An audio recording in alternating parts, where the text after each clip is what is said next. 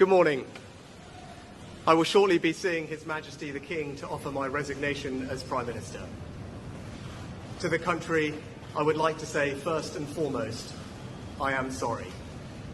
I have given this job my all, but you have sent a clear signal that the government of the United Kingdom must change, and yours is the only judgment that matters. I have heard your anger, your disappointment, and I take responsibility for this loss. To all the Conservative candidates and campaigners who worked tirelessly but without success, I am sorry that we could not deliver what your efforts deserved. It pains me to think how many good colleagues who contributed so much to their communities and our country will now no longer sit in the House of Commons. I thank them for their hard work and their service.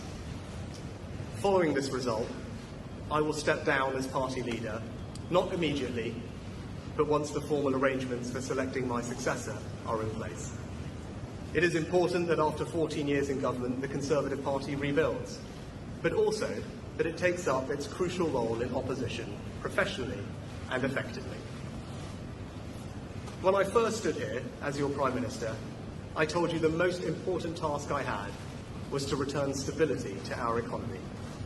Inflation is back to target, mortgage rates are falling, and growth has returned. We have enhanced our standing in the world, rebuilding relations with allies, leading global efforts to support Ukraine, and becoming the home of new generation of transformative technologies. And our United Kingdom is stronger too, with the Windsor Framework, devolution restored in Northern Ireland, and our union strengthened. I'm proud of those achievements. I believe this country is safer, stronger, and more secure than it was 20 months ago.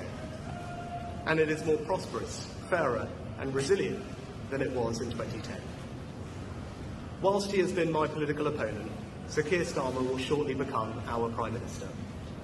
In this job, his successes will be all our successes, and I wish him and his family well.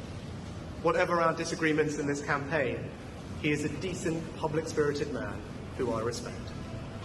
He and his family deserve the very best of our understanding as they make the huge transition to their new lives behind this door, and as he grapples with this most demanding of jobs in an increasingly unstable world. I'd like to thank my colleagues, my cabinet, the civil service, especially here in Downing Street, the team at Chequers, my staff, CCHQ, but most of all, I'd like to express my gratitude to my wife Akshata and our beautiful daughters. I can never thank them enough for the sacrifices they have made so that I might serve our country.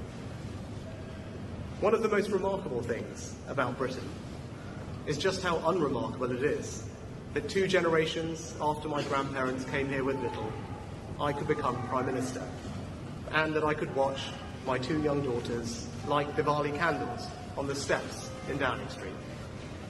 We must hold true to that idea of who we are, that vision of kindness, decency, and tolerance that has always been the British way. This is a difficult day, at the end of a number of difficult days, but I leave this job honoured to have been your Prime Minister. This is the best country in the world, and it is thanks entirely to you, the British people, the true source of all our achievements, our strengths, and our greatness. Thank you.